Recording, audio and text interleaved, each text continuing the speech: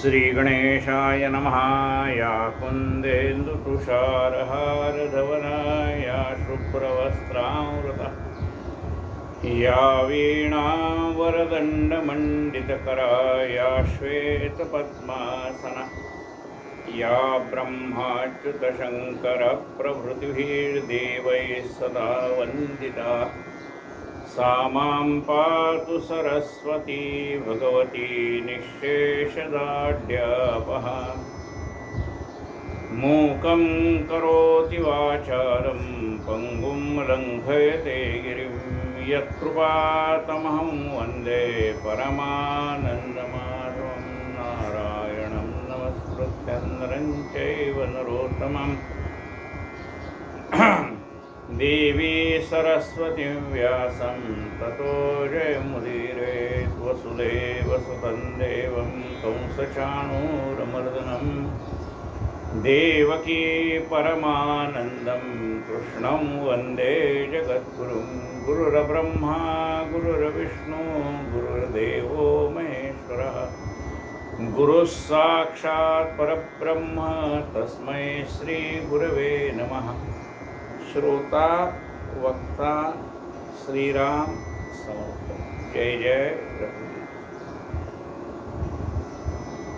गोवर्धनदा गोवर्धनधरं वन्दे गोपालं गोपरूपिणं गोकुलोत्सवमीशानं गोविन्दं गोपिकाप्रियं ध्यायेन्नवग्नश्यामं द्विभुजं मुरलीधरं सत्पीठोडं रम्यं सराधं पुरुषोत्तमम्।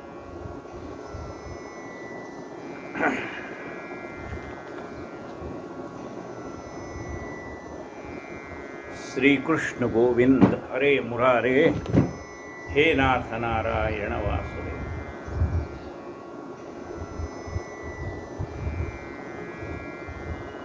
अधिक मासाची कथा सुरू आहे। कालपर्यंत आपण 5 अध्याय पाहिले, आज 6व्या अध्यायाला सुरुवात। श्री गणेशाय नमः।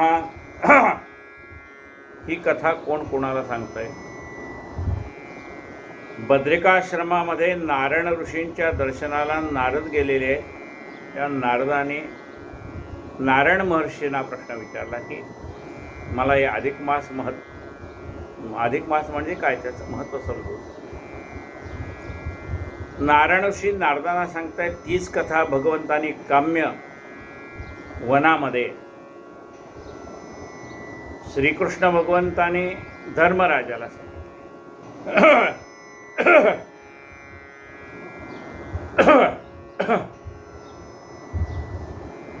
त्यानंतर पांचालीचा जन्म कसा झाला, ती मेधावी ऋषींची कन्या कशी होती, ही कथा आपण ऐकली। आता आपल्याला धृढधन्वा राजाची कथा या भागामध्ये। श्री गणेशाय नमः। ऐका श्रोते कथा पावन सुत सांगे शौनकाला गुण। नारायणाचे पुरोक्त वचन ऐकून नारद प्रश्नित म्हणे, हो नारायण, आपण जो कथला धृढधन्वा म्हणून तयाचे कथानक संपूर्ण मजला कोणी सांगावे।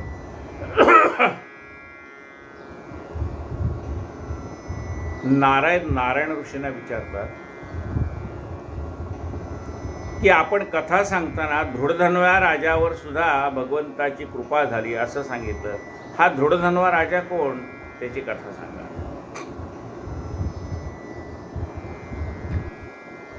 ते ऐकून नारायण मुनी म्हणे, नारदापुरातनी गंगेपुरी कथा पावनी सांगतो ऐके समग्र।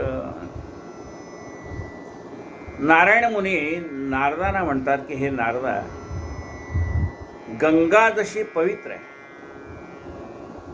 गंगा काय करते? गंगा माणसाचं पापहरण करते। गंगा माणसाचं तापहरण करते। गंगा माणसाचं दैन्य हरण करते। म्हणून गंगेच्या स्नानाला महत्त्व आहे, गंगेला पवित्र म्हणतात। तसंच संतांचं चरित्र हेही गंगेसारखंच पवित्र आहे। ते पण गंगेसारखंच करतं। गंगा काय करते? पापहरण करते। संतांच्या कथा ऐकल्यानंतर काय होतं? आपलं पाप हरण होतं। गंगा काय करते? तापहरण करते. संतांच्या कथा ऐकल्या, भगवंताच्या कथा ऐकल्या की आपले त्रिविध ताप नाहीसे होतात. गंगा काय करते? दैन्य दूर करते, म्हणजे दारिद्र्य दूर करते. तिच्या आजूबाजूचा प्रदेश सगळा सुपीक असतो. मग गंगा काय करते? तर दैन्य दारिद्र्य नाहीसं करते. संतांच्या कथा दारिद्र्य नाहीसं करतात. कुठल्या? आपल्या मनामध्ये असलेलं दैन्य, आपल्या मनातले असलेली दारिद्र्य म्हणजे शूद्रपणा मनाचा. म्हणजेच कसा की मनुष्य स्वतःपुरताच विचार करतो. स्वतः मी, माझं कुटुंब.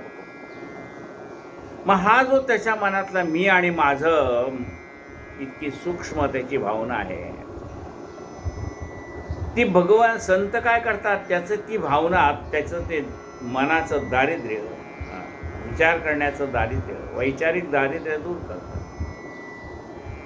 आणि जो मनुष्य केवळ मी आणि माझा प्रपंच याचा विचार करत होता, संतांच्या सहवासात तो गेल्यानंतर मला देशासाठी काय करता येईल, मला धर्मासाठी काय करता येईल, मला समाजासाठी काय करता येईल, असा संतांच्या सहवासात गेल्यानंतर माणसाच्या मनाचा विकास होतो. मन प्रगल्भ होतं. सूक्ष्म संकुचित दृष्टी जी असते माणसाची, मी आणि माझ्यापुरती, ती विशाल होऊन जाते. म्हणून संत काय करतात की माणसाचे वैचारिक दारिद्र्य दूर करतात, त्याच्या मनाला विशाल करतात. आता त्या गंगेमध्ये आणि ह्या गंगेमधलं हे साधर्म्य आपण पाहिलं. पण त्या गंगेत आणि ह्या गंगेत आणखीन काय फरक आहे तो पहा. ती गंगा म्हणजे पवित्र नदी की जिच्यामध्ये स्नान केल्यानंतर आपल्याला पावित्र्य लाभतं, ती गंगा. आणि ही कुठली आहे? ही भगवंताच्या नामस्मरणाची गंगा आहे, संतांच्या कथांची गंगा आहे. त्या गंगेमध्ये बुडलं तर मरण्याची भीती आहे. पाय घसरून पडला, खोल पाणी आहे, आपला पाय जमिनीला टेकत नाही, मनुष्य घाबरून जातो, त्याच्यात बुडण्याची भीती आहे. तये गंगे माझी बुडता मरावे, ये गंगे माझी बुडता तरावे. त्या गंगेमध्ये बुडलं तर बुडलो तर मरणाची भीती आहे. आणि या गंगेमध्ये म्हणजे ह्या नामरूपी गंगेमध्ये, ह्या संतांच्या कथारूपी गंगेमध्ये आपण जितकं खोल जाऊ तितकं आपलं मन प्रगल्भ होत जात आहे, तितके आपण तरुण जातो, बुडत नाही. ये गंगे माझी बुडता तरावे, हा भवसागर तरुण आपण पहिले तीराला जाऊ शकतो.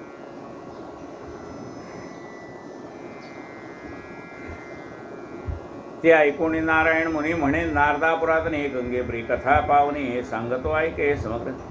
पूर्वी हय देशाचा नृपती, महापराक्रमी सिद्धवती, चित्रधर्मा नामे जगती प्रसिद्ध असता झाला. पूर्वकाळी हय नावाचा राजा, हय नावाचा एक देश होता. त्या हय देशाचा राजा आहे. त्या राजाचं नाव आहे चित्रधर्मा. हय देशाचा हा चित्रधर्मा नावाचा राजा प्रसिद्ध होता. त्याला एक मुलगा झाला. त्या चित्रधर्म्याने आपल्या मुलाचं नाव दृढधन्वा असं ठेवलं. तयासी झालाय पुत्र महातेजा, विशाल नेत्र दृढधन्वायचे पवित्र नाम तयाचे ठेवले.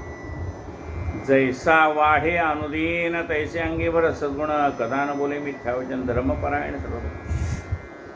हा मुलगा दृढधन्वा जसा जसा वाढत गेला, नुसतं वय वाढलं नाही, नुसतं शरीर वाढलं नाही, तर काय वाढलंय? तैसे अंगी भरत सद्गुण. जसजसा तो वाढत गेला, जसजसं त्याचं आयुष्य वाढत गेलं, जसजसा लहानाचा मोठा होत गेला, तसतसं त्याच्या मनामध्ये सद्गुण वाढत गेले. कदा न बोले मिथ्या वचन. कधीही तो धृढधन्वा नावाचा राजा कधीही खोटं बोलायचा नाही. धर्मपरायण सर्वदा धर्माची कामं करण्यामध्ये तत्पर असायचा. चतुष्षष्टी कळा सांग स्वबुद्धीने या कळल्या सवेला. चतुर्दश विद्या यथा सांग गुरुपासून अभ्यासल्या. 14 विद्या 64 कला त्यांनी शिकून घेतल्या गुरुकडून. सर्व लक्षणे सुसंपन्न राजनीतीत झाला प्रवीण. शौर्याधार्यादी राजगुणांगी संपूर्ण संचलन. हा राजा सर्व गुणाने संपन्न झाला, राजनीतीमध्ये प्रवीण झाला. पुढे सर्व लक्षणे सुसंपन्न राजनीती झाला प्रवीण. शौर्य औदार्यादी राजगुणांगी संपूर्ण संचले. शौर्य होतं आणि औदार्य होतं.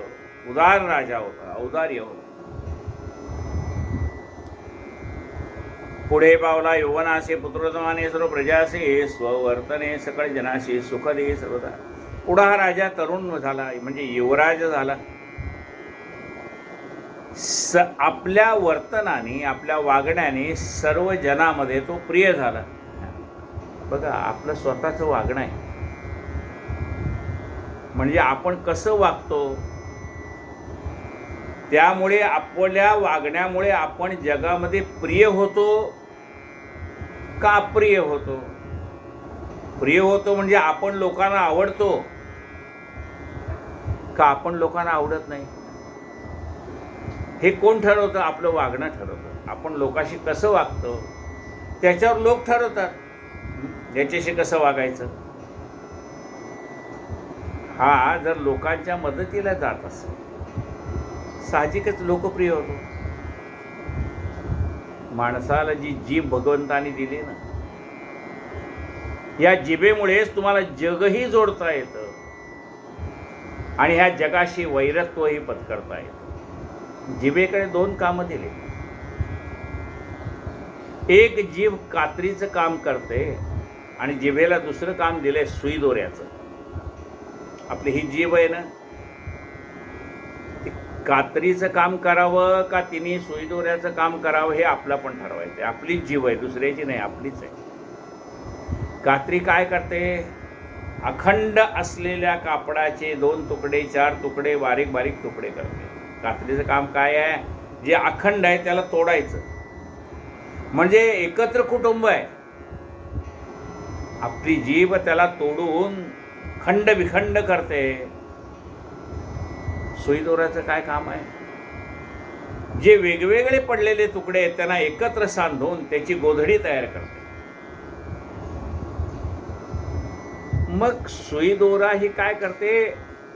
विभक्त झालेल्या कुटुंबाला एकत्र करते. म्हणजे ही जीभ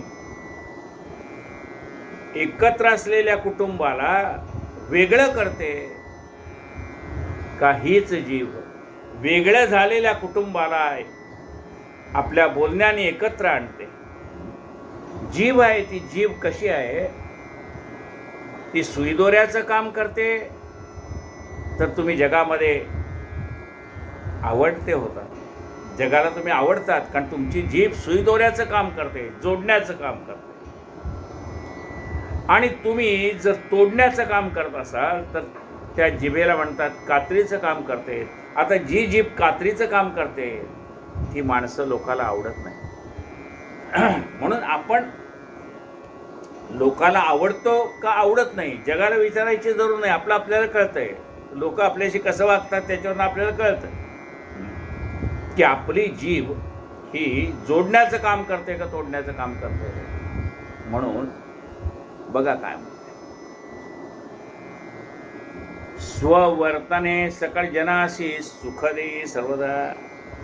तो युवराज धृढधन्वा तरुण झाल्यानंतर आपल्या स्ववर्तने, आपल्या वागण्याने, स्ववर्तने सकळ जनाशी सुख दे सर्वदा.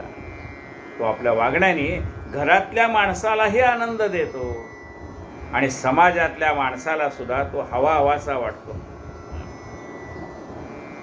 समर्थांनी अशा माणसाचं वर्णन केलंय, जो लोकाला आवडतो. तो माणूस कसा असतो? समर्थांनी त्याचं वर्णन केलंय. शिष्याने विचारलं, का म्हणाले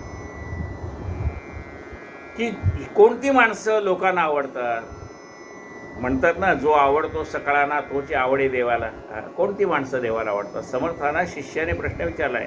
समर्थांनी रामदास स्वामींनी दासबोधामध्ये त्याचं वर्णन दिलेलं आहे, त्याचं वर्णन केलंय. कोणता मनुष्य लोकाला आवडतो?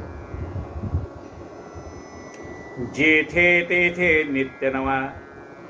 जिथं जाल तिथं माणसाला, अरे वा, जेथे तेथे नित्य नवा.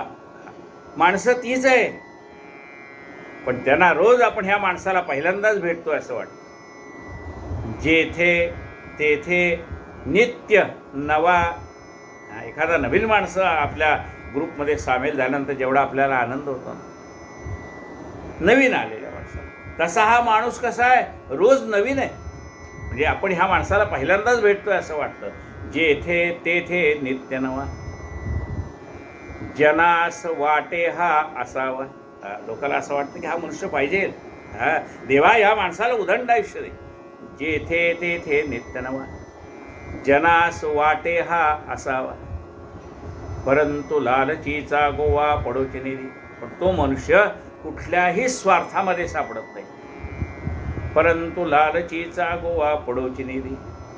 तो बहुता कारणे जन्मला. अनेक लोकांच्या कल्याणासाठी त्याचा जन्म झालेला असतो. तो बहुता कारणे जन्मला. पाहिजे तो ज्याला त्याला. प्रत्येकाला असं वाटतं की हा मनुष्य आपल्याकडे असावा. पाहिजे तो ज्याला त्याला. मग काय उडे तयाला भूमंडळी. मग त्याला जगात काय कमी आहे? प्रत्येकाला जर तो हवासा वाटतोय, त्याला जगात काय कमी पडेल? जेथे तेथे नित्य नवा.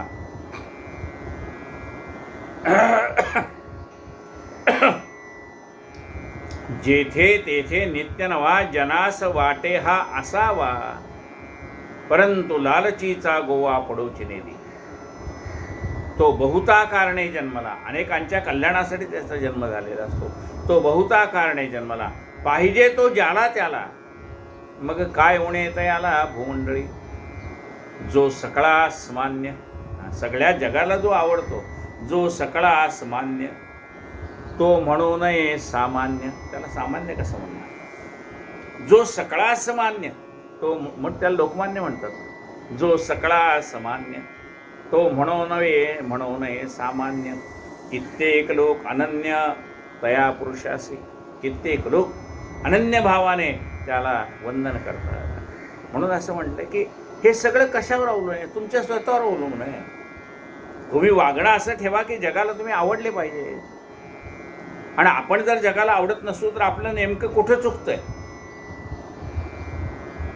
कोणत्या आपल्या दुर्गुण आहेत की ज्या दुर्गुणामुळे आपण लोकाला आवडत नाहीत? हे आपला आपण मनाने विचार करावा. आणि आपल्या मनाला लक्षात येतं, बघा, लोकांनी सांगून काही उपयोग नाही. आपल्याला कळलं पाहिजे की आपल्या कोणत्या दुर्गुणामुळे आपल्यापासून माणसं दूर जात आहेत. कुणालाच आपण नकोसं वाटतो. काय आहे? आपलं काही चुकतंय का? अंतरंगामध्ये विचार करावा. त्याची उत्तरं अंतरंगच मनच देतं. अरे तुझं इथं चुकतंय बाबा. जगाने सांगायचं जरूर नाही, आपल्याला कळतं. श्रीकृष्ण गोविंद हरे मुरारे. हे नाथ नारायण वासुदेव.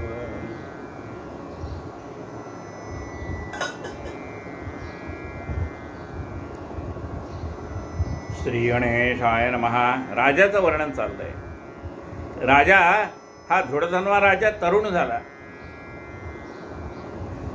पुढे पावला यौवनासी. पुत्रोत्माने सर्व प्रजासी. स्ववर्तने सकळ जनासी. सुखदेयी सर्वदा.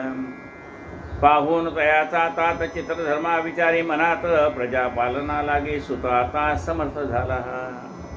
वडिलांनी विचार केला की आता आपला हा तरुण मुलगा युवराज हा राज्याची जबाबदारी स्वीकारण्याला योग्य झालेला आहे. आता याच्यावर सगळा कारभार सोडायला हरकत नाही. इथं प्रया संसारात व्यर्थ काळ दौडावा किमर्थ. सर्व संग त्यागोनी सतत श्री हरी भजन कीजिए.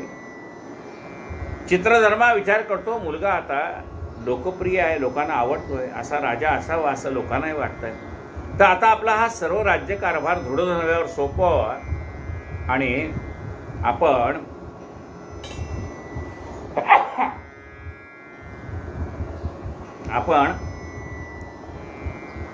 आता राहिलेलं आयुष्य भगवंताच्या चिंतनात घालवावं. इतपर्या संसारात व्यर्थ काळ दौडावा किमर्थ. आता वेळ वाया घालून काय उपयोग आहे.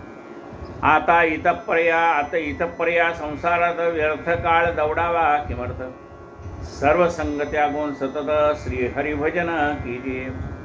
पूर्वज महाराजांची रीती आपणही अनुसरावे निवृत्ती. एवं निश्चय केला चित्ती स्नेहपाश तोडिले. आपल्या पूर्वजांची रीत आपण अनुसरली पाहिजे.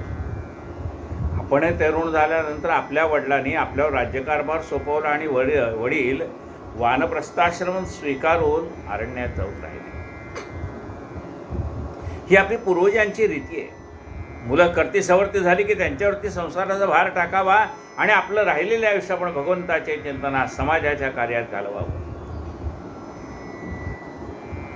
पूर्वज महाराजांची रीती आपण हे अनुसरावे निवृत्ती. एवं निश्चय केला चित्ती स्नेहपाश तोडिले. आणि मग मनुष्य कशात गुंतलेला आहे? स्नेहपाशात, प्रेमामध्ये गुंतलेला असतो. ते स्नेहपाश आपणच आपल्या हाताने सोडवायचे. बघा, रेशमाच्या गाठी आहेत या. तुम्ही जर एकदम सोडायला गेलात तर अशी गाठ बसेल की पुन्हा आयुष्यात कधी सुटणार नाही. म्हणून ह्या प्रेमपाशातनं तुम्हाला हळूहळू बाहेर पडावं लागतं. म्हणजे ती रेशीम गाठ हलक्या हाताने सोडवावी लागते. म्हणजे हा गाठ तर सोडायची आहे, ती हलक्या हाताने सोडायची आहे. ती कळताय उपयोगी नाही कशी सुटली गेली. सहजगत्या ती गाठ सुटली पाहिजे. जोरात ओढली तर गाठ अशी बसेल की पुन्हा कधी सुटणार नाही.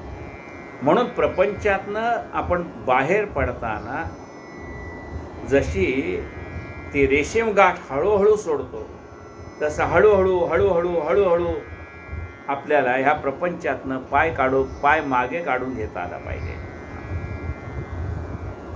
एवं निश्चय केला चित्ती स्नेहपाश तोडिले. पुत्रास राज्य बैसून पुलहा आश्रमी गेला म्हणा. अंतरी करीत कृष्णस्मरण तपदारण चालवले. मग पुलह ऋषींचा आश्रम होता, त्या आश्रमामध्ये जाऊन राजा राहिला.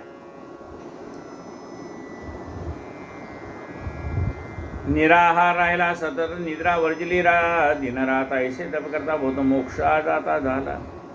हळूहळू आहार कमी करत आणला. बघा,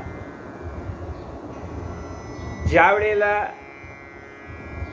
निसर्ग आहे बरं का, ज्या वेळेला आपल्या ह्या जठराची अन्न पचन करण्याची शक्ती कमी असते, त्यावेळेला आपल्याला दात येत नाही. मग त्यावेळेला आपल्याला लिक्विडच द्यावं लागतं. पहिल्यांदा दूध, मग फॅरेक्स, मग हळूहळू असं करत आणि मग हळूहळू दात यायला लागतात. दात यायला लागले की समजायचं आपली पचनाची ताकद वाढायला लागली.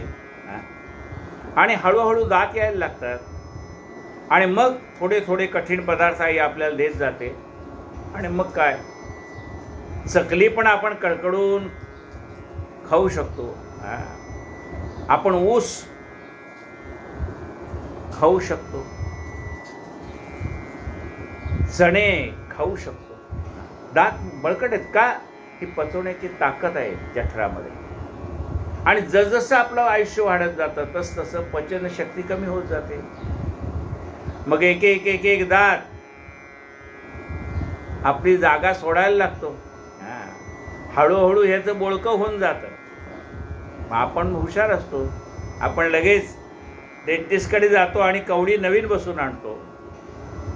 भगवंताने दिलेले दात निघून गेले. कारण भगवंताला असं माहिती आहे की आता ह्याची ही पचनशक्ती काम करत नाही. मग देव दिलेलं काढून घेतो. पण आपण निसर्गाच्या विरुद्ध वागतो, पुन्हा आणतो कवडी. आता दात जरी आणले तरी ह्याची पचवण्याची ताकद कुठे आहे? त्यामुळे काय होतं की खाल्लेल्या अन्नाचं पचन होत नाही आणि हा वाढत जातो. म्हणजे खाल्लेलं अन्न पचवण्यासाठी आवश्यक असलेले दात भगवंताने ज्यावेळेला तुमची पचनशक्ती कमी झाली त्यावेळेला हळूहळू काढून घ्यायला सुरुवात केली. आपण समजायचं की हा निसर्गाचा नियम आहे. आपण त्या नियमाच्या विरुद्ध वागतो. त्याने काय करावं? याने काय केलं?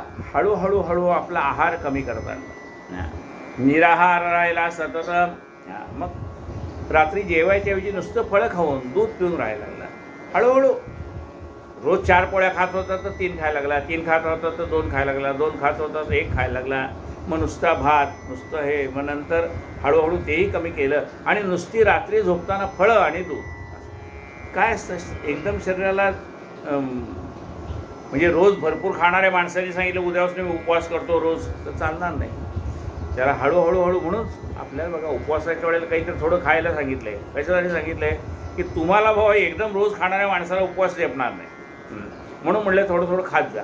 आणि मग ते खाणंसुद्धा जे आहे फराळाचं ते हळूहळू कमी करावं लागतं. पण ते कोणी करतच नाही. तर ते विचार करतो आहे. काय करतो हा राजा? कुठे गेला आहे? चित्रधर्मा नावाचा राजा पुलह ऋषींच्या आश्रमामध्ये गेला आहे. केव्हा गेला आहे? धृढधन्वाला राज्यावरती बसून गेला आहे. तिथे गेल्यानंतर आता हे भगवंत चिंतनामध्ये नामस्मरण केले. जसं आपला आता शेवट जवळ आला कळलं तसं त्यांनी आहार कमी करत आणला. निराहार राहिला सतत. निद्रा वर्जिली येते न राहत. हळूहळू माणसाची झोपही कमी होतं. पहाटे म्हातारे माणसं पहाटे लवकर उठतात. झोपच लागत नाही ना. एक तर लवकर लागत नाही, लागली तर पुन्हा मध्येच थोडी झोपमोड झाली की उठून बसतो 2-2:30 वाजताच. म्हणजे माणसाची जसजसं आपण म्हातारे होत जाऊ तसतशी झोपही कमी होत जाते. निद्रा वर्जली दिन राहत ऐसे तप करता बहुत मोक्षदाता झाला. ऐकोनी पित्याच्या सदतीचा हर्षे शोक झाले दृढधन्व्यासी पितृभक्त्या द्विज वचनेशी अवधोदेही कदम पदले. दृढधन्व्या राजाला आपल्या वडिलाच्या मृत्यूची बातमी कळते. पुलह ऋषींच्या आश्रमातनं एक दूत येतो. राजा आपले वडील आता निजधामाला गेलेले आहेत. राजाला दुःखही होतो आणि आनंदही होतो. आता दुःख कशाचं झालं आहे? पितृवियोगाचं दुःख आहे. आनंद कशाचा आहे? आपल्या वडिलाचा देह सत्कारणी लागला, मोक्षाला गेले, हा आनंद आहे. हर्ष विषाद झाला असं म्हणतो.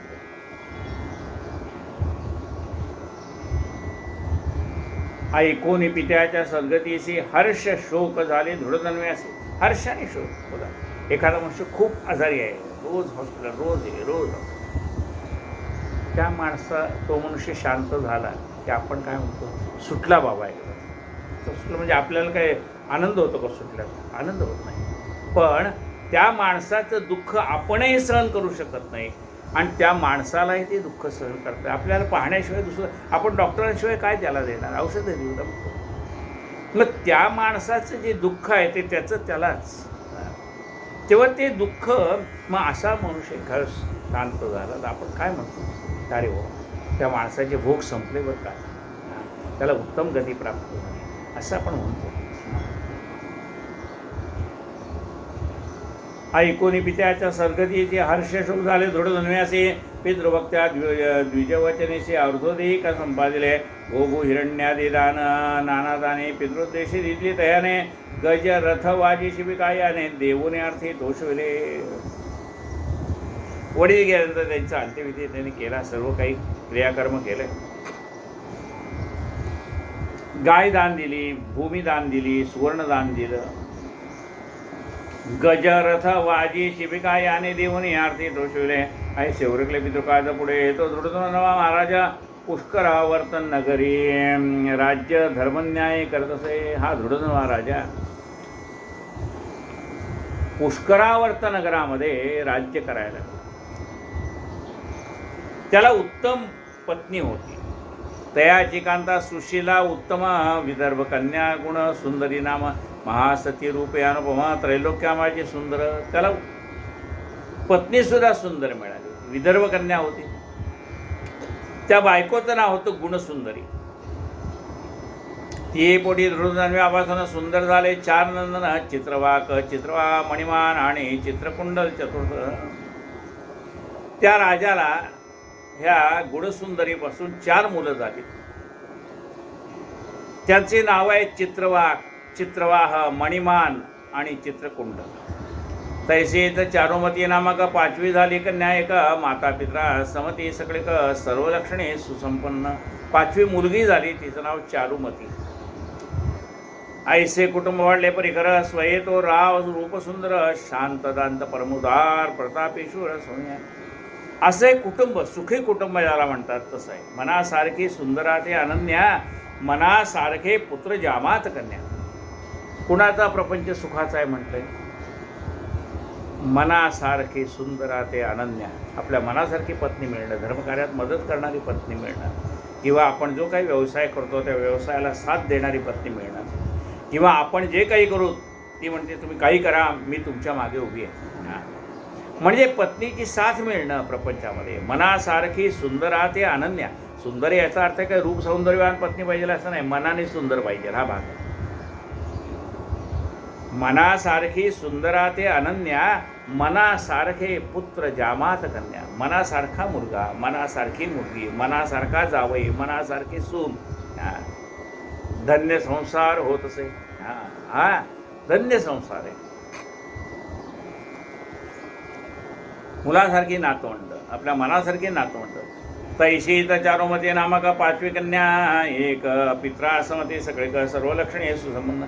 ऐसे कुटुंब वाढले परिकर, स्वये तो राव रूपसुंदर, शांत दांत प्रमुदार प्रतापेश्वर सोन्या.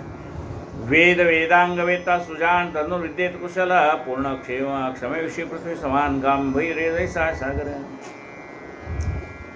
या राजाने गुरुग्रही जाऊन वेदांगाचा अभ्यास केलेला आहे. धनुर्विद्येत कुशल आहे, तो क्षमाशील आहे. पृथ्वी जशी पृथ्वीचा गुण जसा क्षमा आहे तसा हा राजा क्षमाशील आहे. सागर जसा घनगंभीर आहे तसा हा विचाराने शांत आहे. साम्याविषयी पितामहसा, प्रसाद करता गिरीशा, ऐसा उग्रवीर कार्तिवीर जैसा दिसे तैसा शत्रुसिंह.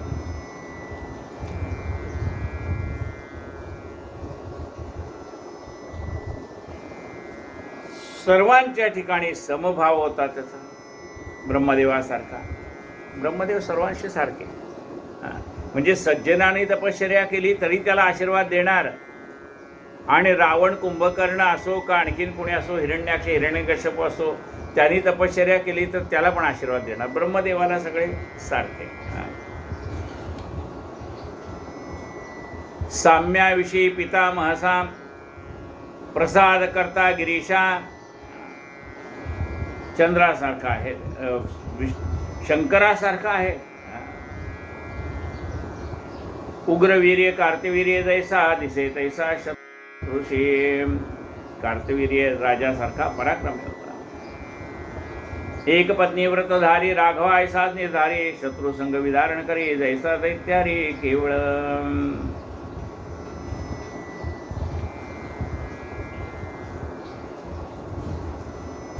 रामचंद्रासारखा एकपत्नव्रती होता.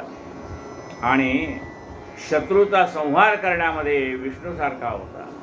सर्व राजे देत कारभार, चरणवंदिती वारंवार, कीर्तिध्वज विराजे थोर, शीतकर्ण जैसा. शुक्ल पक्षीचा जैसा हे मांस तैसे, ऐश्वर्य वाढले विशेष, परितो दुर्बुद्धी राशीच नगरी स्पर्श कधी. इकडं एवढं सगळं ऐश्वर. ते ऐश्वर कसं वाढतंय? शुक्ल पक्षाच्या चंद्राप्रमाणे वाढतंय. प्रतिपदेला लहान आहे, त्याच्यापेक्षा द्वितीयेला मोठा, त्याच्यापेक्षा तृतीयेला मोठा करता करता पौर्णिमेला पूर्ण. मग हे चंद्र जसा कलेने वाढतोय तसं याचं ऐश्वर सुद्धा हळूहळू वाढत जात आहे.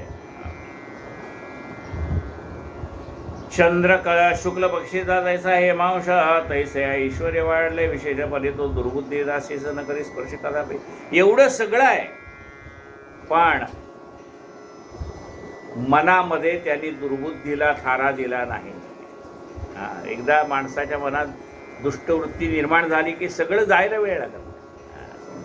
म्हणून संत सुद्धा देवाला काय सांगतात? दुर्बुद्धी ते मना कदा नुपजो नारायण. हे भगवंता, माझ्या मनामध्ये कधीही दुर्वासना निर्माण होऊ नये. दुर्वासनेचा हो वाटो महाराजांनी सुद्धा गजाविजय करताना सांगितलं की मला दुर्वासना नको, मनामध्ये दुर्वासना निर्माण होऊ नये.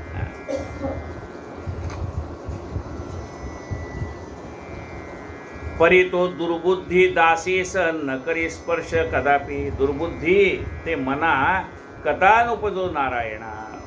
तो दुर्बुद्धीला थारा देत नव्हता.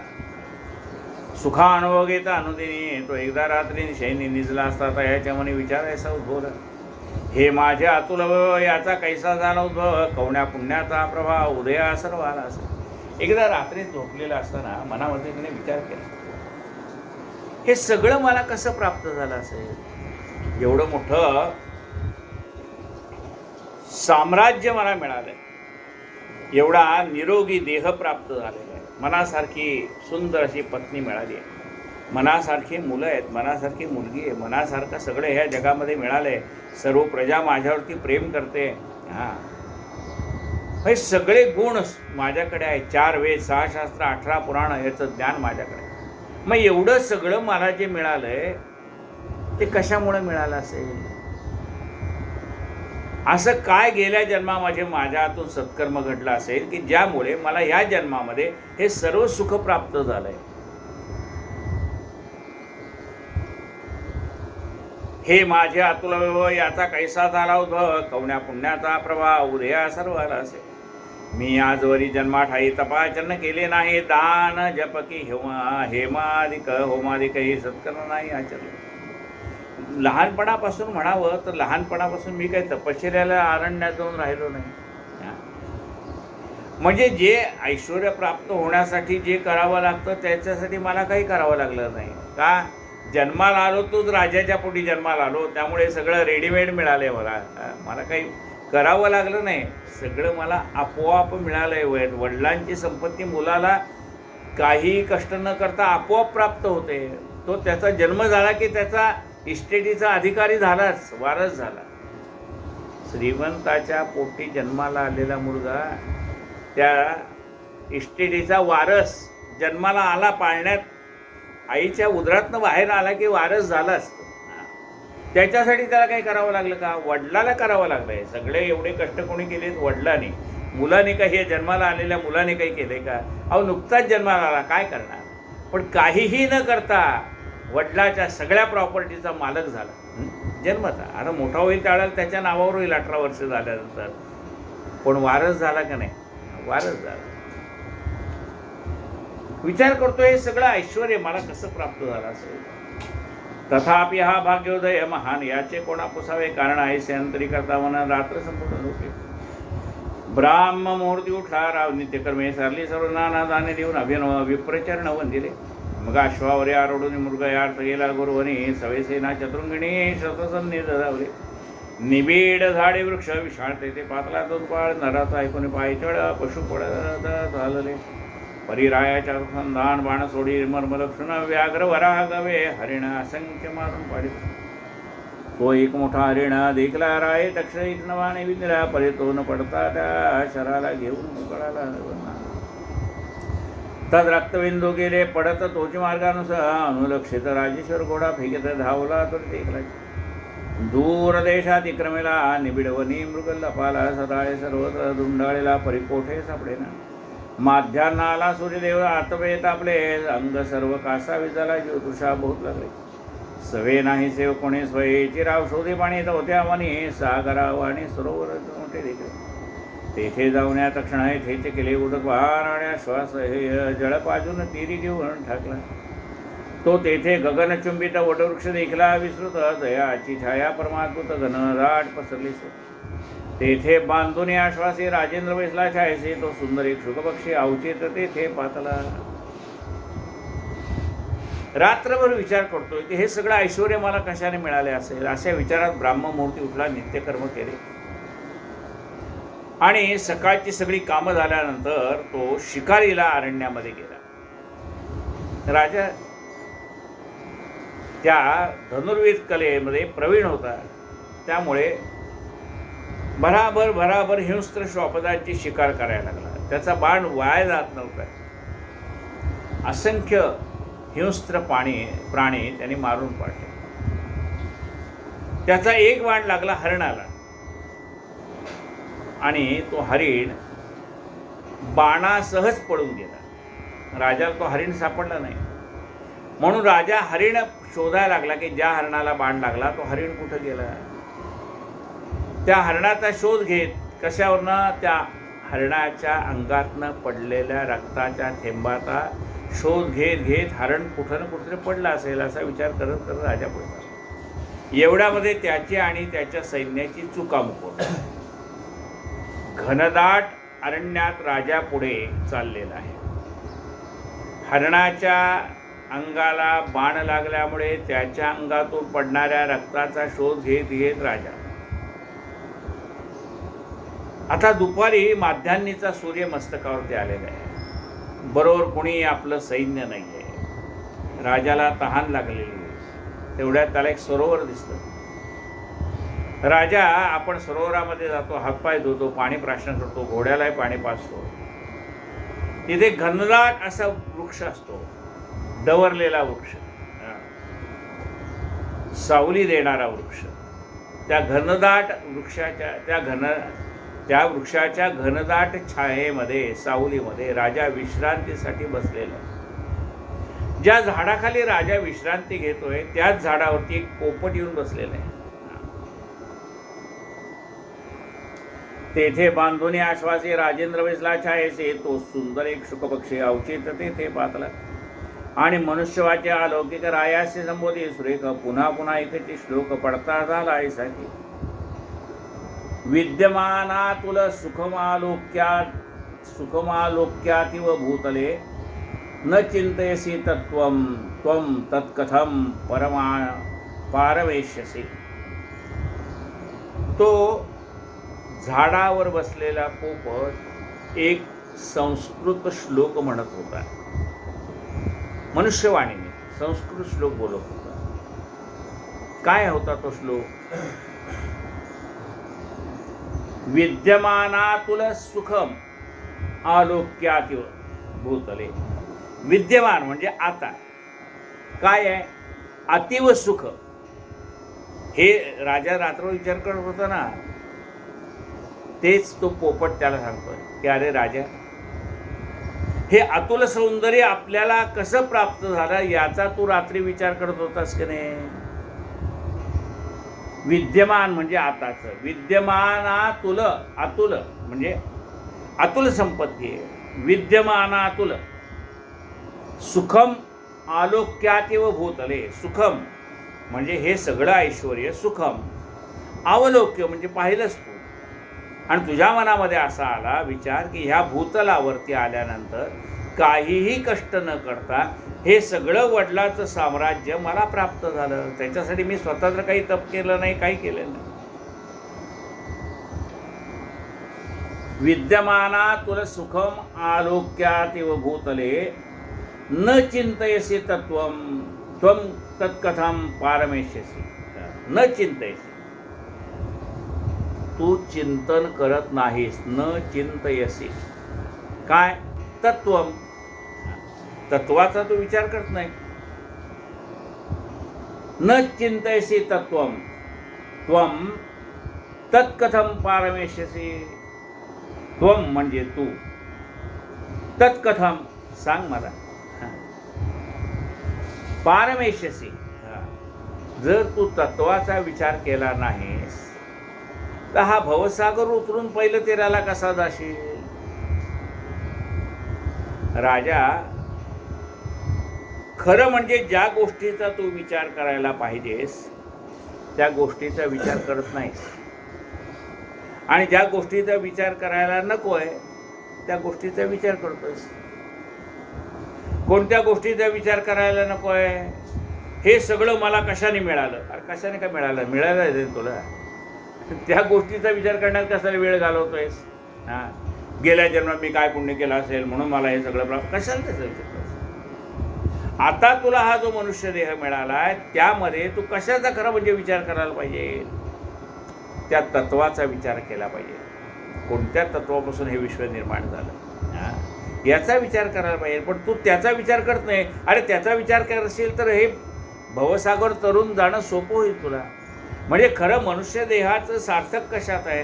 ते तत्वम जाणण्यात, ते तत्व जाणण्यात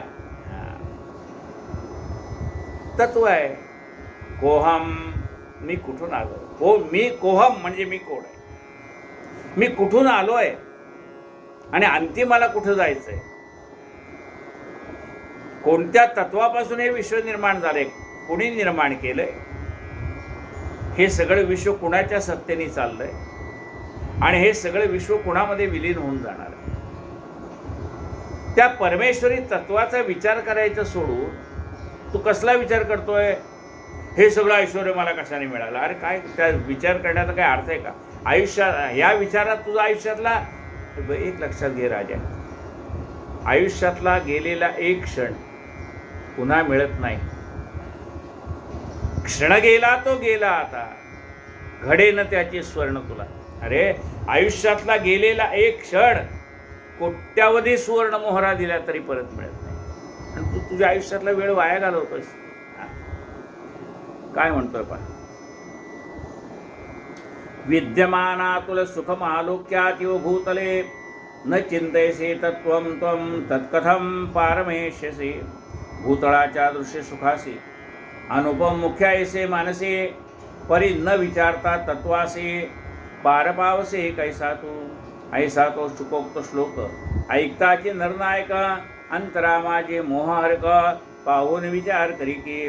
हा शुकपक्षी वारंवार काय हे पद्य बोलतो मधुर, याचा अर्थ दुर्बोध भार केवळ सार भरलेसे. राजा विचार पडतो की हा पोपट काय सांगतो, ज्या गोष्टीचा विचार करायला पाहिजे त्या गोष्टीचा तो विचार करतोय. राजा म्हणतो हे त्याचं वाक्य दुर्बोध आहे, म्हणजे मला कळत नाही नेमकं त्याला काय म्हणायचं आहे. ते तत्व जाणायचं म्हणजे काय करायचं, की ज्यात जे तत्व जाणल्यामुळे हा भवसागर उतरून पहिल्या जातो, हे मला दुर्बोध आहे, मला कळत नाही. म्हणाले काय त्याला नेमकं त्या पोपट पक्षाला मला काय बोध करायचा हे मला कळत नाही. हा बोलतोय मात्र गोडवाणीने, एवढं खरं. तो जो श्लोक सांगतोय त्याच्यामध्ये काहीतरी अर्थ असणार आहे हे सुद्धा खरं आहे, पण नेमका मला त्या शब्दातला वाच्यार्थ, तत्वार्थ, गुह्यार्थ, लक्षार्थ मला कळत नाही. मग हे या शुकाच्या मुखातनं बाहेर पडलेल्या श्लोकाचा अर्थ समजवून सांगणारा मला जोपर्यंत कोणी भेटत नाही तोपर्यंत आता माझं चित्त लागणार नाही, असा राजा विचार करतो. हा शुकपक्षी वारंवार काय हे पद्य बोलतो मधुर, याचा अर्थ दुर्बोध भार केवळ सार भरलेसे. श्रीकृष्ण सेवक परीक्षिता निमग्न होता भावते तया सांगून या भागवत शुकदेवे उद्धरिले. श्रीकृष्णाचा भक्त कोण? परीक्षिती राजा. हा परीक्षिती राजा कोण आहे?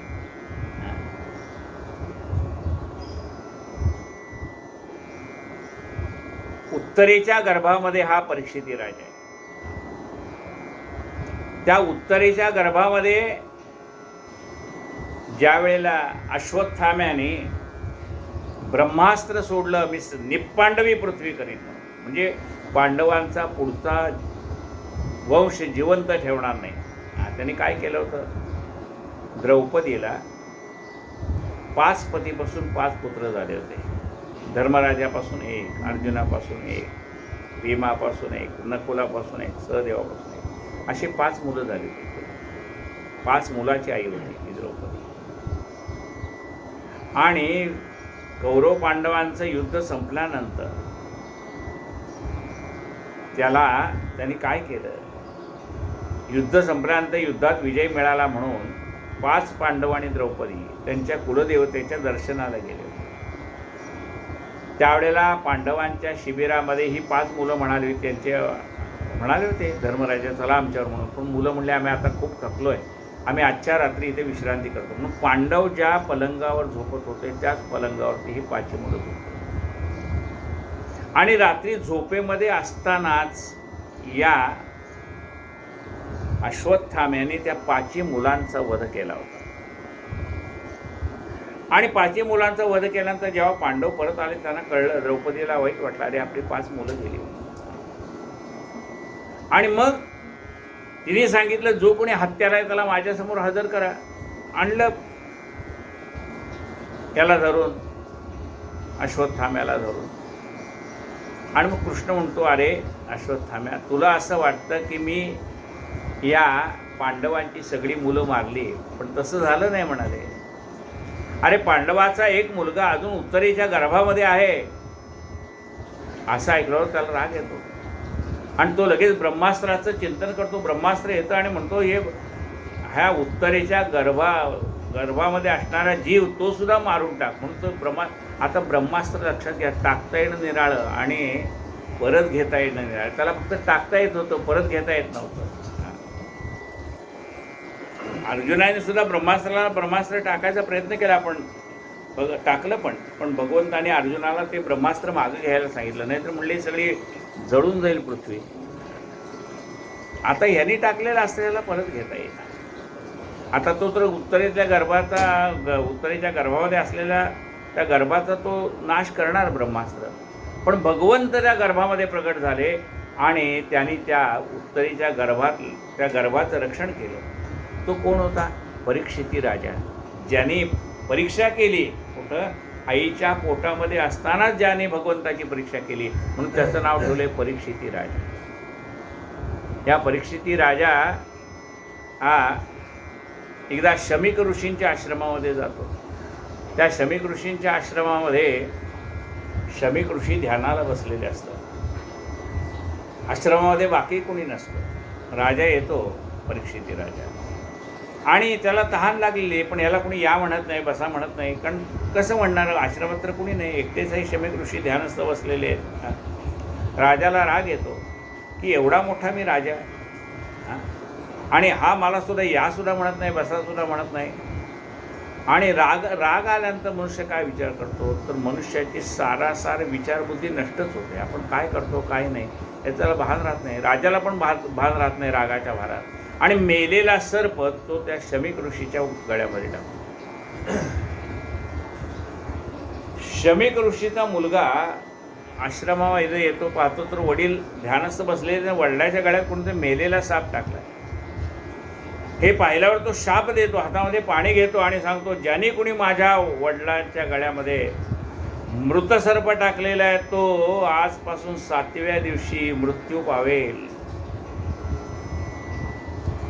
याचा तो घनगंभीर आवाज ऐकल्यावर शमीक ऋषी ध्यान बघणं होतं त्याचं. शमीक ऋषी पाहतायत, यांनी वडिलांच्या गळ्यातला तो मेलेला सर्प तोपर्यंत काढलेला असतो. शमीक ऋषी विचारतो आपल्या मुलाला, का रे बाळा, अरे आपण म्हणजे जे कोणी साधना करतायत त्या माणसाने रागवायचं नाही का? की आपण जर रागवलो तर आपण कमवलेलं सगळं पुण्य त्या रागाबरोबर निघून जातं. म्हणून साधकाने कधी रागवायचं नाही. आपण एखादा शाप दिला तर खरं होईल, पण तुमचं पुण्य निघून जाईल, त्याला काय करायचं. पण तू रागात शाप दिलास, त्यामुळे तुझं तर पुण्य सगळं संचय संपला. तर तुला पुन्हा तपश्चर्या करून तो मिळवावं लागेल. पण एक लक्षात घे, राजाला शाप का दिला? ना विष्णू पृथ्वीपती. अरे राजा हा विष्णूचा अंश असतो, त्याला कशाला शाप दिला असतो? आता राजा बेसावध आहे, त्याला माहीत नाही आपण आजपासून 7व्या दिवशी जाणार. निदान ही गोष्ट राजाला जाऊन सांगितली पाहिजे. आणि मग आपल्या 2 शिष्याला पाठवतात शमीक मुनी, जा राजाला जाऊन सांग, असा असा माझ्या मुलाने तुला शाप दिलाय आणि तो आता शाप दिलेला आहे त्याची तपश्चर्याची एवढी आहे की तो खोटं होणार नाही, तर तू जाऊन सांग त्याला. म्हणून तो परीक्षिती राजाला सांगायला त्याचे शिष्य शमीक मुनी, महाराज इकडे परीक्षिती राजा असा घरी येतो तसं त्याला सुद्धा पश्चाताप होतो. अरे खरं म्हणजे आपण ऋषींना वंदन करायचं तर आपण ऋषीच्या गळ्यामध्ये मेलेला साप टाकला. तो देवाची प्रार्थना करतो, देवा मला माझ्या अपराधांची काही तर शिक्षा कर, क्षमा कर म्हणत नाही. परीक्षित राजा आपल्याला झालेल्या अपराधांची मला क्षमा कर असं म्हणत नाही. तो म्हणतो, देवा माझ्या हातून ऋषींच्या गळ्यामध्ये मेलेला साप टाकलाय, याची मला शिक्षा दे, मला क्षमा नको. माझ्यात अनन्वित अपराध घडलाय. ज्यांना वंदन करायचं त्यांच्या गळ्यामध्ये मी मृत सर्प टाकला. मला रागाच्या भारामध्ये समजलं नाही, सारासार विवेक बुद्धी नष्ट झाली, मला क्षमा करू नको देवा, मला शिक्षा कर. तेवढ्यात हे येतं. सांगतात राजा असं असं त्या शमीक ऋषीच्या मुलांना तुला शाप दिलाय, आजपासून 7व्या दिवशी तू मरण पावला. राजा याला एकदम आनंद होतो. देवाची तो प्रार्थना करतो, देवा खरोखर मला तू शिक्षा दिलीस, बरं झालं, कारण यातनं मला मी मुक्त होऊन जाईल. अपराधाची शिक्षा नाही मिळाली तर आज नाही उद्या पुढच्या जन्मात तुम्हाला भोगावंच लागला असता. पण बरं झालं देवा. मुलाला आपल्या राज्यावर बसवतो आणि परीक्षित राजा गंगा तीरी येऊन बसले. आता 7 दिवसांनी आपण जाणार, ठीक आहे म्हणतो, निदान 7 दिवस तरी आपल्या हातात आहेत, ते तर कारणी लावू म्हणून गंगा केलेलं आहे. प्रायोपवेशन, आता त्यांनी बाकी सगळ्याचा त्याग केलेला आहे. आणि तेवढ्यामध्ये शुक महर्षी येतात. सगळे ऋषीमुनी आले, सगळ्यांच्या कानात. अहो, राजाला शाप दिलेली घटना ही सगळ्या मुनींना अंतर्ज्ञानाने कळते की राजा आता एवढा मोठा परीक्षित राजा, तो आता 7 दिवसात जाणार. सगळे ऋषी त्याला भेटायला येतात. शौनकादिक ऋषी आलेले आहेत, सगळे आलेले आहेत. राजाने सगळ्यांना उत्थापन दिलेलं आहे. तेवढ्यात स्वेच्छेने संचार करणारे, बघा काय शुकमहर्षींचं वर्णन केलंय, स्वेच्छेने मनाच्या इच्छेने संचार करणारे ते भगवान नामस्मरण करत राजाच्या तिथं आलेले. राजाने त्यांना वर्णन केलंय आणि सांगितलं की महाराज, आयुष्यातल्या फक्त 7 दिवस राहिले, या मनुष्य देहाचं सार्थक झालं पाहिजे. असं काहीतरी मला सांगा की ज्यामुळे माझ्या जीवनाचं सार्थक होईल. म्हणजे राजा तू भाग्यवान आहेस. काय म्हणतात शुकमहर्षी बघा, राजा तू भाग्यवान आहेस. आता आपल्याला असं वाटेल 7 दिवसांनी हा मरणार आहे ना, हा भाग्यवान काय सांगतो? शुकमहर्षी त्याला भाग्यवान का म्हणतात? राजा अरे तू भाग्यवान आहेस. अरे माणसाला कळतच नाही पुढच्या क्षणी आपण जाणार म्हणून. निदान तुला कळलंय 7 दिवसांनी जाणार म्हणून. भाग्यवान आहेस. तुला मृत्यू कळलाय की 7 दिवसांनी आपण जाणार, भाग्यवान आहे. आता तुला ह्या 7 दिवसातला प्रत्येक क्षण कारणी लावता येईल. आणि म्हणून ते परीक्षित राजा शरण आलाय, माझ्या उद्धारासाठी मला भगवत कथा सांगा. आणि मग शुकमहर्षींनी भागवत कथा सांगायला सुरुवात.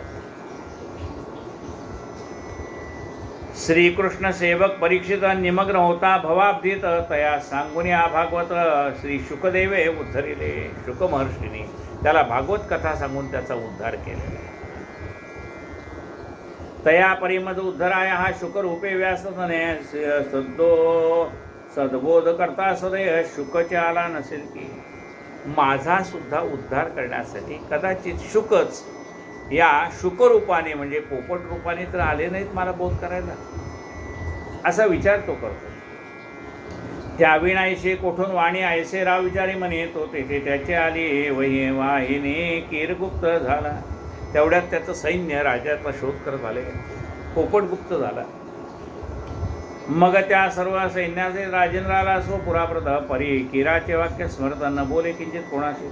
काही पुसले तथापि तया उत्तरा न दे कदापि खानदान निद्राधिरूपी सकळ भोगे टाकले. आता राजाला केवळ एकच वाक्य आठवतंय. कुणाचं? त्या शुकाचं वाक्य आठवतंय की न तत्व न जानासी, तुला तत्व कळलेलं नाही. पण त्याचा अर्थबोध नाही झाला राजाला. आणि झाला भ्रमेस्ता वाणी ऐसे पाहून पटराणी गुण सुंदरी दया लागून असतो जोडून म्हणे, हो मम प्राणनाथा आज ही ऐशी काय अवस्था, तुम्हा नसता काय निनता आली की नका करू.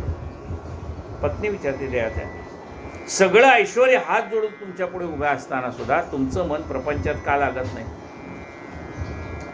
एवढी खिन्नता कुठून आली मनाला?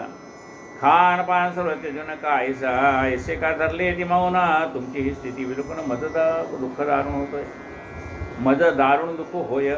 तरी उठा उठा हो प्राणेश्वरा मजोरी आता दया करा. भोजन सारून या सत्रा काही बोला मजवाशी. उठा महाराज, काही अल्पोपहार करा, काही जेवण करा. तुम्ही आबोला धारण केलाय, माझ्याशी 2 शब्द बोला. तरी उठा उठा हो प्राणेश्वरा मजोरी आता दया करा. भोजन सारून या सत्रा काही बोला मजवाशी. ऐसे तिने विनवले बहुत परी राहून बोले किंचित. शुक वाक्याचा विचार करता तैसाच निवांत राहिला. राणी झाले दुःखापार पुढे सूचना काही विचारापतीचे चिंतेचे साचार कारण काही कळेना. राणीला कळेना की नेमकी कशाची चिंता राजाला लागली आहे. तेणे बहु तळमळे सती असो ऐसा तो दृढमान रूपी विचार करत असता पुढे काही काळ लोटला. पुढे एकदा वाल्मिक ऋषी अवचित आला. राजगृहाचे तेणे स्वहे मधुवाचे श्री रामायण रचिले. ज्याने रामायण लिहिलं, कधी राम जन्माला येण्याच्या आधी 60,000 वर्ष ज्याने रामचरित्र लिहिलं जन्माला येण्याच्या आधी,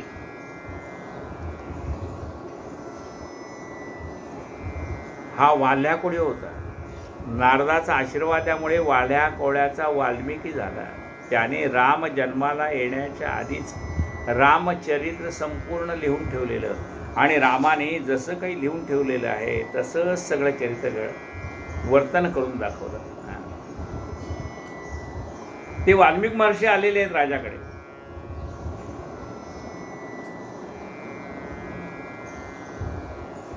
पुढे एकदा वाल्मिक ऋषी अवचित आला. राजगृहाचे जेणे स्वयं मधुर वाचेसी रामायण रचले. तयाद्रून पाहता क्षण राव उठून धावला. आपण भक्तिभावे ऋषीची चरण उभय असते धरले. दंडोत केला नमस्कार. अर्पिले सर्व पूजोपचार. परमासन देऊन सुंदर ऋषीश्वर वैश्वर साष्टांग दंडोत घातला. ऋषीना सर्व सर्व त्यांची पंचोपचार पूजा केलेली. विप्रपात क्षालन जीवना आनंदे केले. श्रीधारण स्वांकी घेऊन मुनीचे चरण स्वकरी शुकवाक्य मने स्मरत. मधुरवाणी राजा बोलत हेरा. भगवन मुने मी सांप्रत कृतकृत्य झालो. माझे जन्म सफळ झाले सर्व अर्थ. आज लाभले श्रुताधिक आज वहिले फळा झाले सजाला. जगत पावना पण तैमजे तिथे दर्शन. तस्मात मी भाग्यवान काय वर्णन करू आता. मज समाधन्या ना कोणी ऐशी रायाची विनम्रवाणी ऐकोण्या. श्रीवाल्मिकी संतोष बोलत. राया तू धन्य खरोखर माझा उत्तम केल्या साजरा. आणि बोलासे मधुर जे तुझ ते तुझ योग्यचे असे परिचिंता तुर्कासे. म्हणून सर्व सांग म्हणजे जे काही बोलावायचे तेही बोले सगळे कर. वाल्मिक ऋषींचे सत्कार झाल्यानंतर राजा म्हणतो की महाराज, आपले चरण आमच्या ह्या महालाला लागले, या राज्याला लागले, त्यामुळे मी आनंदित झालो आहे. माझं आता जीवन कृतकृत्य झालं आहे. सत्पुरुषांचं दर्शन झालं. वाल्मिक ऋषी दृढधन्व्याच्या चेहऱ्याकडे पाहून सांगतात की राजा, तू किती जरी म्हणत असलास मी आनंदात आहे, तरी तुझा चेहरा सांगतोय की तुला काहीतरी चिंता आहे. मनुष्याचा चेहरा हा त्या माणसाच्या मनाचा आरसा असतो. मनुष्याच्या मनामध्ये सुख असेल, दुःख असेल, चिंता असेल, ती त्याच्या चेहऱ्यावर व्यक्त होते, दिसते.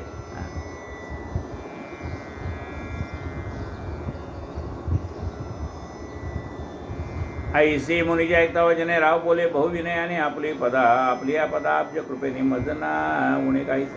सर्व सुखाचे परिपूर्ण परी हृदय संशयमान शल्य होते. कुधेला दारुण तो घालवे सत्वर. मी एकदा मृगयार्थ गेलो होतो गहनवनात. तेथे फिरता उचित महत कासार देखले. तयाचे केली जळप्राशन. मग विश्रांती घ्यावी म्हणून तिरी वटवृक्ष होता महान. तयाचे छाय वैसले. महाराज, आपण म्हणता तशी चिंता मात्र माझ्या मनावर आहे. एकदा शिकार करायला मी जंगलामध्ये गेलो होतो. महत कासार देखले. कासार म्हणजे सरोवर. महत म्हणजे मोठे, कासार म्हणजे सरोवर. महत कासार देखले. त्या ठिकाणी एक मोठं तळं पाहिलं मी. विश्रांती घ्यावी म्हणून हातपाय धुतले, पाणी प्राशन केलं, घोड्याला पाणी पाजलं, घोड्याला झाडाला बांधलं. मी त्या वृक्षाखाली विश्रांती घेत होतो. तेवढ्यात त्या वृक्षावरती पोपट आला आणि त्याने एक श्लोक म्हटला. त्याचा मतितार्थ काही मला कळला नाही, त्याचा गुह्यार्थ काही मला कळला नाही. तव हृदयानंद कारक ऐसा पातला की रे बैसुन्या सन्मुख ऐसा श्लोक बोलला. विद्यमाना तुल सुखमालोक्यातीव भूतले न चिंतयसी तत्त्वं तत्कथम पारमेशसी. ऐसे सुखाचे ऐकून वच भाषित मज आश्चर्य झाले. बोधा परी काय बोलला ते वृत्त तर काहीच नाही समजले. आणि मज राज्य सुखापार उत्तम पुत्र आहे. चार पत्नी पतिव्रता सुंदर ममानुकूल वर्तन आहे. आणि गजाश्वत पदा ते सर्व इत्यादी सर्व संपत्ती ही कोणी पुण्यप्रवाही निवृत्ती मज लागले आहेत. हे सर्वही विचार करून मग सांगावे विस्तारून. आपण सर्वज्ञ ज्ञानघन संशयच्छेदन केले. मला त्या शुकाच्या बोलण्याचा अर्थ कळला नाही, तोही समजून सांगा. आणि हे सगळं सुख मला कोणत्या पुण्याईने प्राप्त झालं तेही सांगा. ऐसे रायाचे ऐकून भाषण मुनिवर प्राणायाम करीत ध्यान लावून एक मुहूर्त विश्व समस्त पाहिले. एक मुहूर्त म्हणजे दोन घटका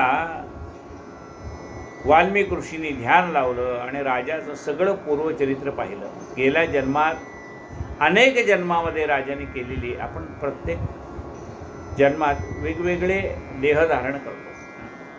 अनेक जन्मामधले देह त्यांनी पाहिले की ह्यांनी राजाने कोणकोणते देह धारण केले होते, त्या धारण केलेल्या देहाच्या माध्यमातून ह्यांनी काय पुण्यकर्म आचरण केलं, काय पापकर्म घडलं, ते सगळं तो पाहत होता.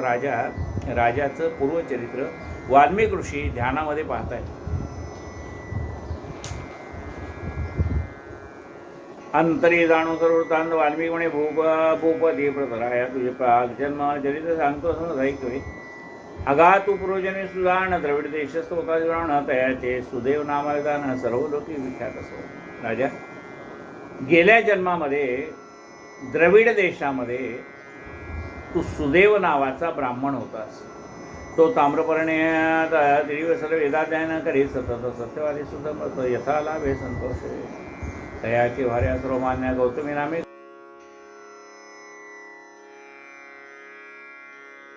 गौतम कन्या सद्गुण खाणी जी सामान्य जगी नसे गुणी ती महासती प्रेमे सतत व्रतारसेन सुरू सतत दैशी दैशी भवानी शंकर अप्रत अनुसर सर्वदा.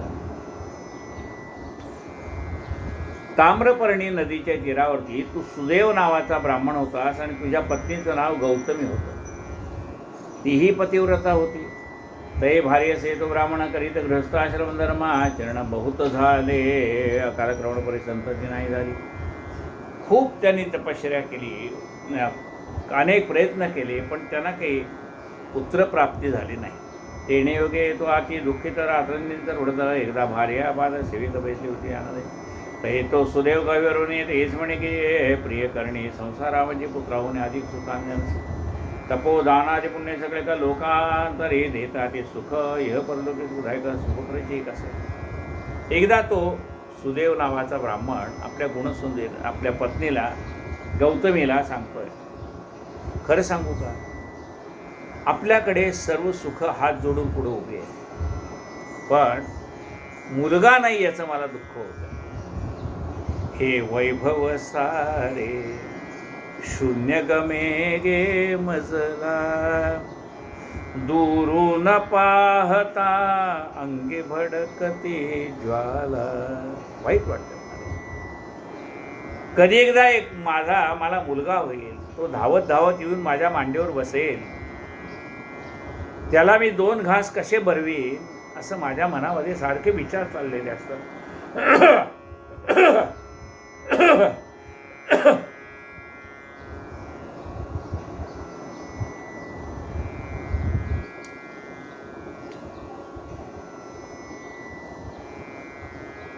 या भूलोकामध्ये मुलगा असण्यासारखं दुसरं सुख नाही. मुलगा म्हणा मुलगी म्हणा, अपत्य असण्यासारखं दुसरं सुख नाही असं तो आपल्या पत्नीला सांगतोय. परी तो तैसा सुखद सुत मज झाला नाही असा येते असं माझे सर्व सहजीवित निष्फळ असे झाले. बायकोला तो सांगतोय गौतमीला, सुदेव नावाचा ब्राह्मण, की बाबा सगळा ऐश्वर्य आपल्याकडे आहे, पण आपल्याला सुपुत्र नाही याचं मला दुःख होतंय. माझं आयुष्य व्यर्थ गेलं असं मला वाटतंय असं तो आपल्या पत्नीला सांगतोय. आगे म्या पुत्रा नाही लालेले वेदार्थ तत्व नाही बोलले तन्मुखही नाही देखले व्यर्थची गेले मुलाचं तोंड सुद्धा मी पाहिलं नाही. मला माहीत असलेल्या वेदाचा अर्थ मी त्या माझ्या मुलाला शिकवला असता, पण मूलच नाही तर शिकू. मी केवळ दैवहीन जळो जळो हे उद्विग्न म्हणा आता व्यर्थ काय वाचून शीघ्र मरण मज येऊ.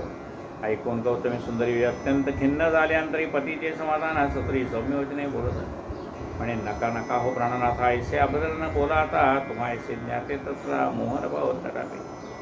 गौतमी पत्नी पतिव्रता होते. हां, आपली जी प्रत्येकाची पत्नी असते ना, ती सर्व भूमिका वठवत असते. पत्नी ही क्षणाची आपली पत्नी असते, एक क्षणभर आपली पत्नी. एरवीच्या वेळी ती कोण आहे? ती आपली सखी आहे, ती आपली गृहलक्ष्मी आहे, ती आपल्याला सदैव पाठीशी उभा राहणारी शक्ती आहे. असे तिचे अनेक रूप आहेत. पत्नी ही क्षणभरापुरती पत्नी आहे, बाकीची सगळी ती आपली सहकारी आहे, आपल्यावरती प्रेम करणारी आहे, आपलं सुखदुःख. लक्षात घ्या, या जगामध्ये दोनच माणसं आपल्यासाठी निस्वार्थ प्रेम करतात. एक आहे ती आपली आई आहे आणि दुसरी आहे ती आपली पत्नी. नवरा कितीही आजारी पडो, कितीही त्याची सेवा करायला लागो, पण त्याचा तिला कंटाळा येत नाही. कुणाला कंटाळा येत नाही? आईलाही आपलं मुलाचं करताना कंटाळा येत नाही आणि आपल्या बायकोलाही आपल्या नवऱ्याचं करताना कधीही कंटाळा येत नाही. निस्वार्थ सेवा या दोघी.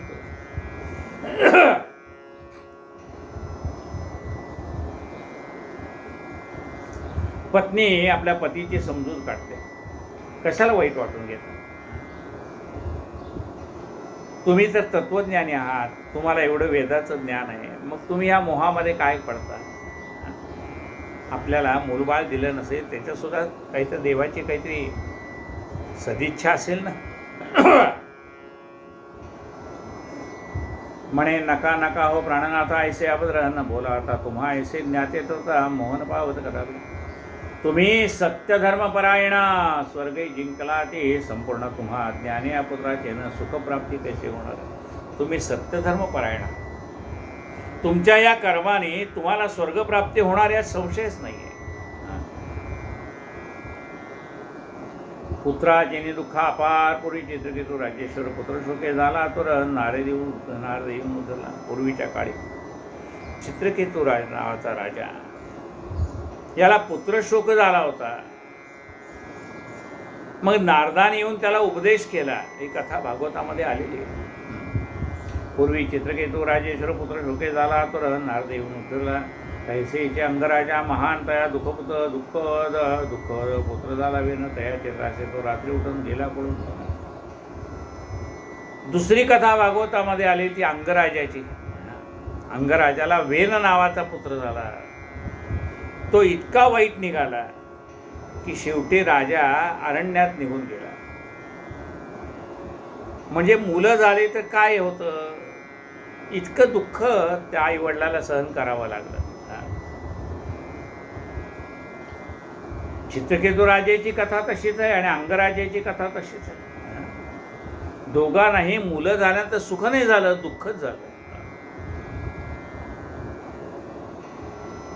या असतो आपणा पुत्र नाही हे माझं बरे वाटते पाहिजे, तथापि जर की आपल्या हृदय सत्पुत्राला असं असेल. म्हणून मला असं वाटतं, दुसऱ्याची दुःख पाहिल्यानंतर असं वाटतंय, सुशिक्षित मुलं, जे मुलं शिकलेली सुशिक्षित, सुना शिकलेल्या, लेकी शिकलेल्या, जावई शिकलेले, असे असताना सुद्धा वृद्धाश्रमात टाकणारी मुलं पाहिल्यानंतर मग असं वाटतं, म्हणाले की मूल नसलं तरी बरं आहे. हे असं समाजात चाललेलं पाहिल्यानंतर ती आपल्या पतीला समजावून सांगते. काय सांगते की आपल्याला मूल नाही झालं त्याच्यामध्ये काहीतरी हेतू असेल परमेश्वराचा, हे दुःख आपल्या वाट्याला येऊ नये असाही कदाचित त्याचा हेतू असेल.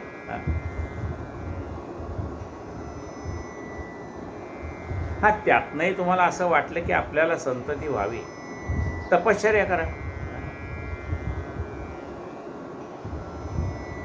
या असतो आपणा पुत्र नाही हे माझं बरे वाटते पाहिजे, तथापि जर की आपल्या हृदय सत्पुत्राला असा असेल तरी सर्वार्थ दात्या श्रीहरीचे आराधीचे अनन्य भावेशी दयाचे आराधने करत भासे कपिल पुत्र झाला. तुम्हाला इच्छा असेल तर भगवान महाविष्णूची प्रार्थना करा. ज्याच्या कृपेने कर्दम ऋषींना मुलगा झाला, कोण? कपिल महामुनी. काशी गया बार बार, गंगा सागर एक बार. ते कपिल मुनीचं आख्यान तेही भागवत कथेमध्ये आलेलं आहे. मातृतीर्थ आहे, त्याने आपल्या आईचाही उद्धार केलेला आहे. गुजरातमध्ये मातृतीर्थ आहे, तिथं आपल्या आईचं श्राद्ध करतात.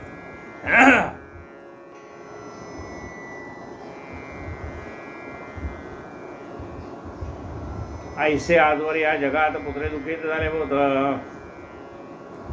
त्या राजाने त्या जसं भगवान महावीर कर्दम ऋषींनी जसं भगवंताला प्रसन्न करून घेतलं आणि त्याला पुत्रप्राप्ती झाली, तरी काय सांगितलं होतं देवाला, देवा माझा उद्धार करणारा मुलगा मला दे.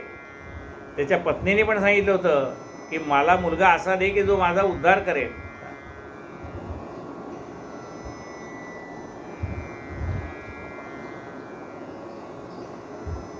जयाच्या आराधने कर्दमासी कपिलपुत्र झाला. ते प्रियेचे ऐकून वचन विप्रभावला समाधान हरीच्या आराधने लागून निश्चय केला तात्काळ. आणि भार्येसह ताम्रपर्णने तर स्नान झाले मग जाऊन विरजवनात तपाचरणी बसला. अनन्य भावे श्री हरिषी अंतरी त्या निशी शुष्कपर्ण जलारसी पाचवे दिने करी गेले. आणि मग ताम्रपर्ण नदीच्या तीरावर स्नान केलं. पत्नीसहित तो अरण्यामध्ये तपश्चर्येला गेलेला आहे.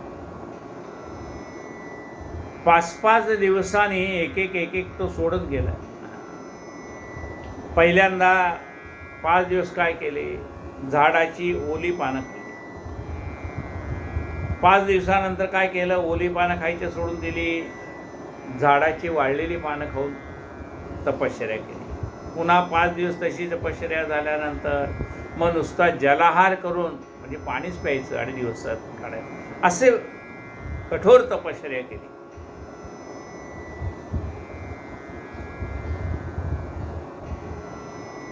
ऐसे चतुसहस्र संवत्सर तपाचरले निरंतर. तेणे योगे त्रैलोक्य समग्र थरथर कापू लागले. 4000 वर्षाची त्यांनी तपश्चर्या केली. ते अत्युग्र तप विलोकन भक्तवत्सल हरी झाला प्रसन्न. गरुडावरी आरुढून तेथे येऊन प्रगटला. गरुडावर बसून भगवान महाविष्णू प्रगट झाले. चतुर्भुजगने सावळा प्रसन्न मुख पुढे ठाकला. ऐसे पाहून द्विजाला आनंद झाला अत्यंत. करुणी साष्टांग नमस्कार विप्रस्तुती करिता पार. म्हणे प्रभो जगदोदार हेचे आता विनोद. तो भक्तवत्सल दिनोदार शरणागताची कशी आवना. ऐसे बोलतील भक्त.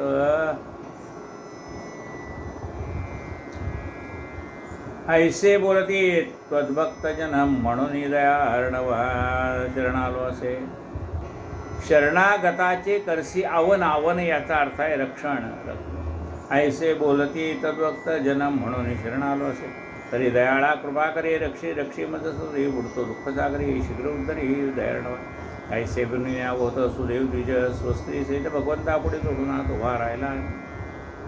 देवा माझ्या मनातली जी चिंता आहे ती तू दूर कर असं म्हणून भगवंताच्या पुढे हात जोडून पती पत्नी उभे आहेत.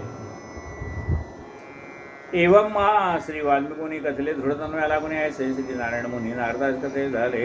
इथे श्री अधिक मास महात्म्यासार बृहन नारदी पद्माधार सज्जन श्रुते ऐको चतुर षष्ठाध्याय घोडा. श्रीकृष्णार्पणमस्तु. श्रीकृष्ण गोविंद हरे मुरारे. हे नाथ नारायण वासुदेव. हे नाथ नारायण वासुदेव. हे नाथ नारायण वासुदेव. गोपाल कृष्ण महाराज की जय.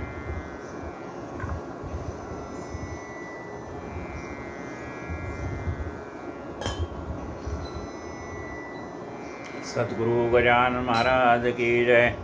आरती पंढरीश प्रभूचे कमल जापती विठ्ठलाचे. ठेविले चरण विटेवरती सावळी घनश्याम मूर्ती. गळ्यामध्ये पुष्प हार रुणती फुले त्यावरी वैजयंती. लाजला पंचबाण जासी. लाजला पंचबाण जासी. असे ते वदन कमल समनयन हर परे भान पाहताची. उभी ही माय अनाथांची. आरती पंढरीश प्रभूची कटीला पीतांबर कशिला कस्तुरी तिलक भव्यभारा नितीना बिरगुलाला दर्शना संत संगहारा जल्लरी टाळ वाजताना जल्लरी टाळ वाजताना नाचती भक्त प्रेम अत्यंत कुंतले चित्त हरी पायी कुंतले चित्त हरी पायी गणुला पाव विठाबाई आरती पंढरीश प्रभूची कमल जपती विठ्ठलाची सद्गुरु गजानन महाराज की जय जय जय अधिक मास पुरुषोत्तम नाम सद्भावे व्रत करिता लाभतसे पुण्य जय देव दीन म्हणून कृष्णे उद्धार केला निज नामे पुरुषोत्तम धन्य तुवा केला दाने स्नाने पूजा जप दाने त्यागे स्नाने पूजा जपमाला व्रताचरणी फलदायी निश्चय ठरविला निस्वार्थे परमार्थे हरिसी तू दैन्य सद्भावे व्रत करिता लाभतसे पुण्य जय देव जय जय जय अधिक मास पुरुषोत्तम नाम सद्भावे व्रत करिता लाभतसे पुण्य जय देव पुरुषोत्तम महिमा तो दुर्वासे कथिला मेधावी कन्येला तो नच आवडला परिशिव पूजा करण्या सांगुनिया तिजला पांडव पत्नी म्हणून जन्मधन्य केला वनवासी बंधुसुता कथिले महिमान सद्भावे व्रत करिता लाभतसे पुण्य जय जय अधिक मास पुरुषोत्तम नाम सद्भावे व्रत करिता लाभतसे पुण्य जय देव अधिक मासा माझी दाने जे देती दीप निरंतर देवा पुढतीला भीती राधा कृष्णांची ही पूजा जे करीती अथवा उपवासा मास भरी धरीती अनारसे 33 ज्या माता दान सद्भावे व्रत करिता लाभतसे पुण्य जय जय अधिक मास पुरुषोत्तम नाम सद्भावे व्रत करिता लाभतसे पुण्य जय देव दृढधन्व्याला पोपट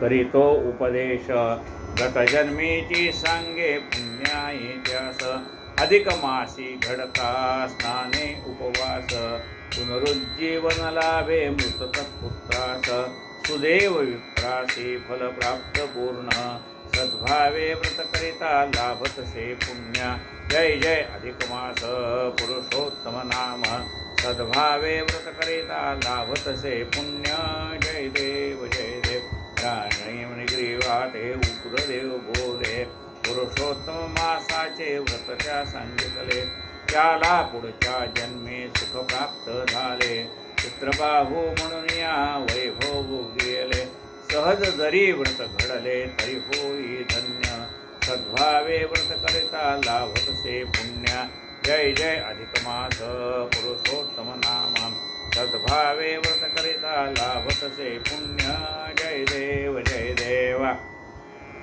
कदरियू अख्यान नारायण कथिते दुर्गती होऊन आहे प्राप्त पुण्यांते वानर जन्मातून स्वर्गाची प्राप्ती मासभरी उपवासे तयास होईते कथा पुराणा मधल्या कित्येक अन्य सद्भावे व्रत करिता लाभतसे पुण्य जय जय अधिक मास पुरुषोत्तम नाम सद्भावे व्रत करिता लाभतसे पुण्य जय देव दुर्गती होऊन आहे प्राप्त पुण्यांती वानर जन्मातून स्वर्गाची प्राप्ती मासभरी उपवासे तयास होईती कथा पुराणामधल्या कित्येक अन्य सद्भावे व्रत करिता लाभतसे पुण्य जय जय अधिक मास पुरुषोत्तम नाम सद्भावे व्रत करिता लाभतसे पुण्य जय देव धर्म सत्य मर्यादा नीती आचरणी कैसे पुण्य करावे दंपती जीवने अनेक ऋषिवचने ऐकावी श्रवणे महात्मपोथी वाचन करणे सर्वाणी निस्वार्थे वागावे तोच धर्ममान्य सद्भावे व्रत करता लाभत से पुण्य जय जय अधिक मास पुरुषोत्तम नाम सद्भावे व्रत करता लाभत से पुण्य जय देव प्रेमे आलिंगन आनंद पूजन भावे वाडिन महे नमः तमेव माता पिता तमेव बंधु सखा तमेव कायेन वाचा मनसेन्द्रियैर्वा बुद्ध्यात्मना वा प्रकृतिस्थो करोमि यद्यत् सकलं परस्मै नारायणाय समर्पयामि अस्तुतं ते शिवं रामनारायणं माधवं गोपिकावल्लभं जानकीनायकं रामचन्द्रं भजे हरे राम राम राम हरे हरे कृष्ण कृष्ण हरे हरे राम राम राम हरे कृष्ण कृष्ण कृष्ण हरे हरे गोपाल कृष्ण भगवान की जय पुरुषोत्तम सद्गुरु गजा महाराज की जय जय जय रघुवीर समर्थ।